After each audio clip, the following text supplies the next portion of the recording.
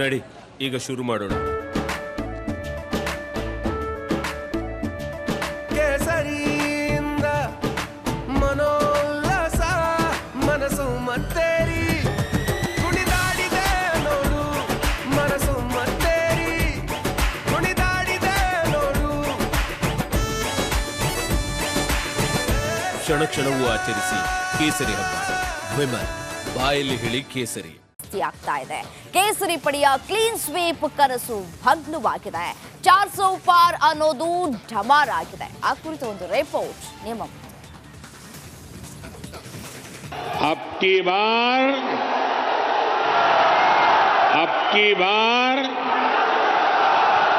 NDA सरकार 400 पार. ಎನ್ಡಿಎಗೆ simple majority. NDA 400+ ಕನಸು ಢಮಾರ್. ಬಿಜೆಪಿಗೆ ಸಿಗದ ಪೂರ್ಣ ಬಹುಮತ. ಕೇಸರಿ ಪಡೆಗೆ ಇಂಡಿ ಒಕ್ಕೂಟ ಟಕ್ಕರ್. Chandrababu Naidu king maker. NDA सरकार 400 पार. 400 ಪಾರ್. ಬಿಜೆಪಿಯ ಈ ಘೋಷವಾಕ್ಯ ಪ್ರಚಾರಕ್ಕಷ್ಟೇ ಸೀಮಿತವಾಗಿ ಬಿಡ್ತು. 400ರ ಗಡಿ ದಾಟೋ ಕೇಸರಿ ಪಡೆ ಕನಸು ಕನಸಾಗೇ ಹೋಯಿತು. ಅಧಿಕಾರದ ಚುಕ್ಕಾಣಿ ಹಿಡಿಯೋಕೆ ಬೇಕಾದ ಕನಿಷ್ಠ ಸ್ಥಾನಗಳನ್ನ ಗೆದ್ದುಕೊಳ್ಳುವಲ್ಲಿ ಬಿಜೆಪಿ ಹಿಂದೆ ಬಿದ್ದಿದೆ.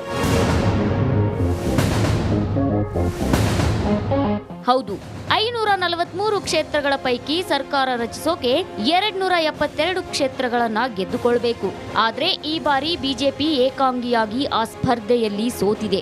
ಆದ್ರೆ ಬಿಜೆಪಿ ನೇತೃತ್ವದ ಎನ್ಡಿಎ ಮೈತ್ರಿಕೂಟ ಬಹುಮತದತ್ತ ದಾಪುಗಾಲು ಹಾಕಿದೆ.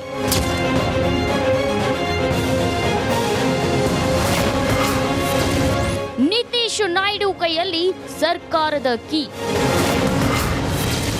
ಲೋಕ ಫಲಿತಾಂಶದಿಂದ ಬಿಜೆಪಿ ಗಲಿಬಿಲಿ. ಲೋಕಸಭಾ ಫಲಿತಾಂಶಕ್ಕೆ ಬಿಜೆಪಿ ಗಲಿಬಿಲಿಯಾಗಿದೆ. ಸರ್ಕಾರ ರಚಿಸಬೇಕಾದ್ರೆ ದೋಸ್ತಿಗಳು ಅನಿವಾರ್ಯ ಅನ್ನೋ ಪರಿಸ್ಥಿತಿ ಸೃಷ್ಟಿಯಾಗ್ಬಿಟ್ಟಿದೆ. ಹಾಗಾಗಿ ಎನ್ಡಿಎ ಕೂಟವನ್ನ ಬಲಪಡಿಸಬೇಕಾದ ಅನಿವಾರ್ಯತೆ ಬಿಜೆಪಿಗೆ ಬಂದಿದೆ. ಜೊತೆಗೆ 2024ರಲ್ಲಿ ಹೊಸ ಸರ್ಕಾರ ರಚಿಸಬೇಕಾದ್ರೆ ಟಿಡಿಪಿಯ ಚಂದ್ರಬಾಬು ನಾಯ್ಡು, ಬಿಹಾರದಲ್ಲಿ ಜೆಡಿಯು ನಿತೀಶ್ ಕುಮಾರ್ ಅನಿವಾರ್ಯ ಬೀಗದ ಕೈಯಂತಾಗಿದ್ದಾರೆ.